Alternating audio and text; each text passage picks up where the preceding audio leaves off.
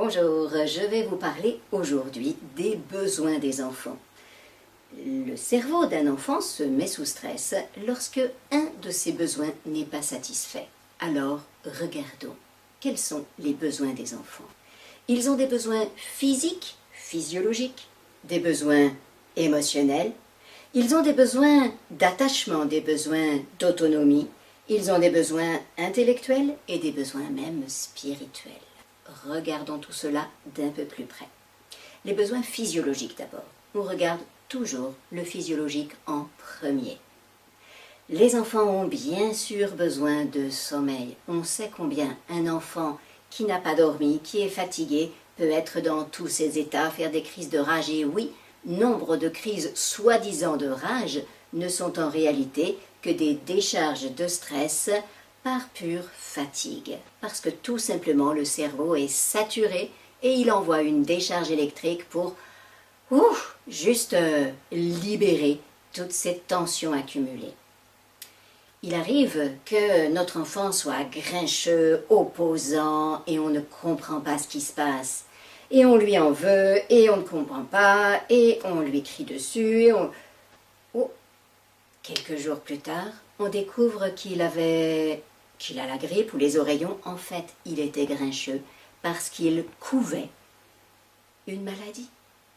Oui, il y a souvent une raison physiologique au comportement désagréable de nos enfants. Si, sans raison apparente, notre enfant est systématiquement opposant, systématiquement noir, refusant, bloqué, inhibé, que ce soit un tout petit bébé ou que ce soit un enfant de 7, 8, 9 ans, eh bien, pensons que peut-être il est en train de faire face à quelque chose à l'intérieur de lui. Et si rien d'autre ne justifie son état, eh bien peut-être nous pouvons penser qu'il couve une maladie. Les enfants ont aussi énormément besoin de bouger.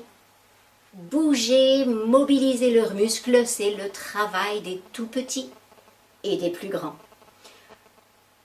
Il y a quelques années, dès que l'école était terminée, les enfants couraient dans les rues, couraient dans les champs, jouaient au foot, jouaient à toutes sortes de choses. Aujourd'hui, dès qu'on sort de l'école, on rentre le plus vite possible à la maison, souvent en voiture, en bus. On arrive à la maison, on se met sur l'écran, les devoirs, et du coup, il y a nettement moins d'occasions de courir, bouger. Même quand on a le droit de courir, c'est sur un petit terrain bien limité.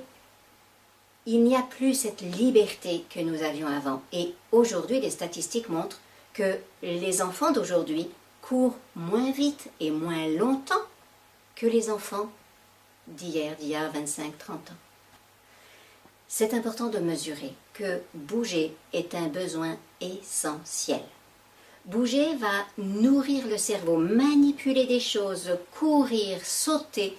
Tout cela aide le cerveau à intégrer les différentes sensations, à intégrer tout ce qui est de l'ordre de la proprioception. La proprioception, c'est la conscience de mon corps propre, les sensations qui me permettent de sentir qui je suis. C'est grâce à la proprioception que je vais pouvoir ne pas me cogner contre les objets, que je vais pouvoir ne pas être trop maladroit. Si un enfant est particulièrement maladroit, c'est qu'il y a quelques soucis dans la proprioception. On le voit bien avec les adolescents qui passent tous par une phase de maladresse importante, tout simplement parce que leur corps change énormément et que donc leurs systèmes proprioceptifs sont en grand mouvement. C'est le travail des enfants de bouger et les installer bloqués dans une coque. Bien sûr, oui, c'est nécessaire en voiture, mais en dehors de ce moment-là, non. Laissons-leur un maximum de liberté. Nous voulons que l'enfant puisse voir, et donc tout bébé, nous l'installons dans un Yupala pour qu'il puisse bouger ses jambes. Oui, mais attention, le Yupala aide trop l'enfant et ne lui permet pas de faire les gestes de ramper. Tous les gestes, tous les mouvements sont importants pour un enfant. Il a besoin d'apprendre, quand il est bébé, à se retourner. il a besoin d'apprendre à se redresser, il a besoin d'apprendre qu'est-ce qui se passe quand je fais tel geste, qu'est-ce qui se passe quand je fais tel autre geste. Il a besoin de pouvoir explorer ses mouvements.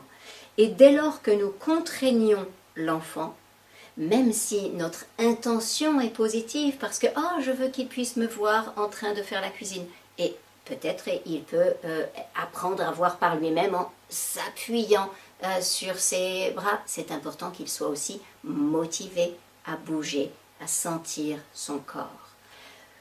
Les besoins physiologiques, dès lors qu'ils sont niés, dès lors que le besoin de bouger va être réduit, le cerveau va se mettre sous stress. Donc si mon enfant est particulièrement énervé, grincheux, opposant, je pense besoin physiologique ou besoin physique réprimé. Est-ce qu'il a suffisamment couru? Est-ce qu'il a suffisamment sauté? Peut-être je peux proposer un jeu de ballon, peut-être je peux proposer que c'est là que je vois qu'il n'a pas du tout envie de jouer au ballon, alors c'est peut-être l'hypothèse maladie qui est la plus présente à l'intérieur. Les enfants ont aussi besoin d'attachement. Un tout petit nourrisson est capable de se laisser mourir de faim pour recevoir de l'attachement. L'attachement est un besoin essentiel, fondamental. Alors, rappelons-nous, l'amour n'est pas une récompense. L'amour, c'est du carburant. Et donc, je fournis un maximum de carburant à mon enfant. Lorsque je vois son cerveau sous stress, je peux donner de l'attachement.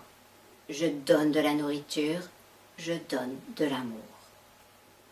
L'enfant a aussi besoin d'autonomie, de pouvoir contrôler. Il a besoin de liberté. Et oui, nous avons tous, les humains, ce libre arbitre. On en parle du libre arbitre, on oublie que les enfants l'ont déjà. Ce libre arbitre, il est situé ici, dans cette zone frontale du cerveau. Le cerveau préfrontal, c'est-à-dire juste là, derrière le front, eh bien ce cerveau nous permet d'anticiper, nous permet de sentir que nous sommes à l'origine de nos comportements. Il nous donne le sentiment d'avoir une direction. Et c'est très important de pouvoir utiliser ce cerveau. Quand un enfant est en train de découvrir la marche, il vient de... il marche pour la... Il veut marcher tout le temps, tout le temps, tout le temps. De la même manière, dès que l'enfant se rend compte qu'il a un cerveau frontal, il a envie de l'utiliser, de l'utiliser, de l'utiliser. Et vers 18 mois, 2 ans, il commence déjà à s'activer ce cerveau frontal et l'enfant donc commence à avoir envie de diriger et donc de choisir par lui-même. Et dès lors que je choisis pour lui, que je lui dis fais ceci, fais cela, parce que ça nous arrive encore, nous les adultes, de donner des ordres, eh bien, dès que je vais donner un ordre, l'enfant, c'est un humain. Il a donc besoin de percevoir qu'il a le libre arbitre. Et donc, devant un ordre, il n'a pas de libre arbitre. Alors, son cerveau se met sous stress. Ça n'est pas que il est résistant, qu'il fait un trouble oppositionnel, etc. Non, ça n'est pas un trouble. C'est justement le fait qu'il est un humain et qu'il désire utiliser cette compétence humaine, profondément humaine, qui est ce libre arbitre. Et je vais toujours avoir envie que mon enfant ait ce libre arbitre, dispose de ce libre arbitre dans son futur. Alors j'ai besoin d'y penser dès le début. Je peux lui enseigner le libre arbitre. Et pour que les choses se passent de manière confortable à la maison, eh bien, je vais proposer des choix. Ah oui, quand je propose un choix, même si c'est un choix plutôt fermé, du style « est-ce que tu veux ton canard bleu ou bien le bateau vert dans le bain ?» eh bien, l'enfant a le sentiment qu'il a du libre arbitre et donc il est tout content de choisir le bateau et donc d'aller au bain. Je n'ai pas besoin de lui dire « allez, tu vas au bain » parce que ça, c'est tout de suite bloquant, ça freine, ça fait du stress dans son cerveau. Simplement, dès que le cerveau frontal est interdit, l'enfant se sent dans un sentiment d'impuissance, ça n'est pas lui qui contrôle sa vie et donc l'amygdale se met en route parce que il est nécessaire, il est dangereux, il est nécessaire de pouvoir contrôler les choses, il est dangereux d'être soumis. Et donc c'est vraiment un mécanisme physiologique dans le cerveau qui fait réagir notre enfant lorsque nous lui donnons un ordre. Nous avons d'autres possibilités que les ordres. Nous pouvons le faire réfléchir. À ton avis, regarde dehors. Il pleut ou il fait beau? Et donc, à ton avis, qu'est-ce que tu vas mettre comme chaussures? Et l'enfant est tout content, dès tout petit, de pouvoir dire « Il pleut, je mets les bottes !» Parce que c'est lui qui aura choisi. Les enfants aiment réfléchir et ils adorent les règles. Si j'ai installé des petites routines, ça aussi les routines, ça le fait. On dit les dents, l'histoire, pipi, dodo. Et dès que je dis les dents, tout de suite l'enfant dit l'histoire, pipi, dodo. Parce que ils aiment les règles, ils aiment. Et ils aiment être au contrôle. Ils savent comment ça va marcher. Pour les plus grands, je vais utiliser juste un seul mot. Lumière. Et hop, l'enfant va éteindre la lumière. Cartable. Hop. Et oui, ne me croyez surtout pas, faites l'expérience. Il suffit de voir ce qui se passe dès que je dis un seul... Mais attention, un seul mot, c'est pas cartable. Non, c'est juste un rappel. L'enfant le sait qu'il n'a pas à laisser traîner son cartable dans le salon. Et donc, je passe, et c'est juste un rappel, parce que je me souviens que l'intention de l'enfant n'est pas de m'embêter. Il ne fait pas exprès. Il est juste qu'un enfant, et donc il a laissé tomber son cartable là. Il a besoin d'un rappel, et hop, dès que le rappel arrive, ça arrive en cerveau frontal? Non, ça arrive en cerveau verbal. Et en cerveau verbal, ça ne fait pas de sens. J'ai juste un mot. Si j'avais toute une phrase, « S'il te plaît, mon chéri, veux-tu bien ramasser ton cartable? Tu l'as encore laissé par terre dans le salon. » Ouh, ça rentre dans le cerveau verbal. Il y a toute une phrase. Ok, j'ai compris la phrase, merci. Terminé. Et l'enfant ne bouge pas. Nous sommes souvent très étonnés de voir que nos enfants ne bougent pas alors que nous leur faisons des jolies phrases, on nous expliquons, etc. Et oui, parce que parfois, les gens croient que parentalité positive, ça veut dire tout expliquer aux enfants. Mais non, on parle beaucoup trop, nous les adultes. Les enfants ont besoin d'utiliser leur cerveau frontal. Donc, un seul mot, en cerveau verbal, il ne se passe rien. D'ailleurs, je fais de ce côté, mais en fait non, c'est de ce côté, cerveau gauche. Et donc, l'enfant entend, il entend, mais un seul mot ne fait pas sens, cartable. Donc, c'est obligé de partir en cerveau frontal. L'information va être du coup traitée par les zones associatives. Et du coup, le cerveau frontal est mobilisé et l'enfant peut prendre son cartable et aller le ranger. Respecter les besoins de contrôle et de liberté de nos enfants nous assurera beaucoup de calme à la maison. Nos enfants ont des besoins émotionnels. Ils ont besoin de pouvoir exprimer ce qu'ils ont à l'intérieur d'eux. Ils ont besoin d'être écoutés dans leurs émotions. Et non pas que nous minimisions leurs émotions. Mais ce sera le sujet de tout le prochain module. Les enfants ont des besoins intellectuels. Et oui, le besoin de faire fonctionner leur cerveau. Ils ont besoin d'apprendre. Ils ont besoin d'activer leur cerveau. Ils ont besoin de pouvoir se développer. Ils ont besoin de nourriture intellectuelle. Et donc c'est important de leur fournir cette nourriture intellectuelle. Un enfant qui s'ennuie à l'école parce qu'il a terminé, eh bien il va faire des bêtises. Pareil à la maison. Pareil quand on laisse un enfant par exemple dans le train sans activité. Eh bien il va commencer à allumer, éteindre des lumières, courir partout, etc. parce que rien ne l'occupe. Dans un supermarché, souvent nous ne pensons pas à lui donner une tâche, un objectif, à lui donner un petit travail. Et dans la voiture, on peut aussi lui dire, tiens, tu peux compter toutes les voitures bleues, tu peux repérer toutes les voitures Renault. Ah, du coup, l'enfant a une tâche intellectuelle, son cerveau est mobilisé, alors ça va. Sinon, il s'ennuie.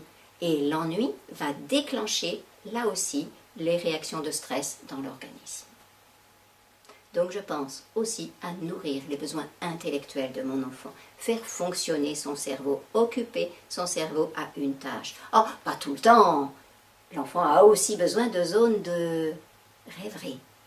Mais attention, la rêverie, ce n'est pas l'ennui. Quelquefois, l'enfant dit « Maman, je m'ennuie ».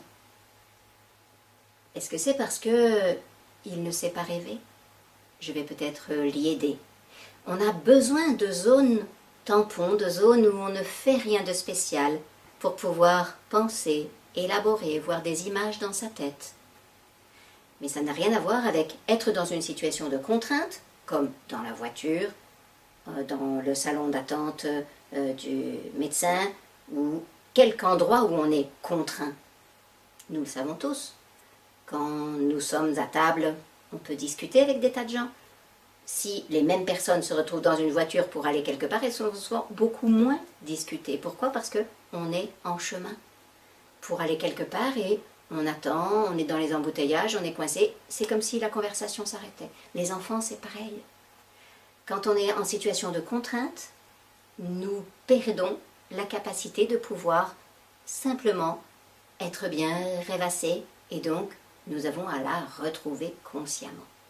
Donc je peux aider mon enfant à cela, soit en l'aidant à trouver une tâche, soit en l'accompagnant dans ses rêveries, en l'aidant à rêver.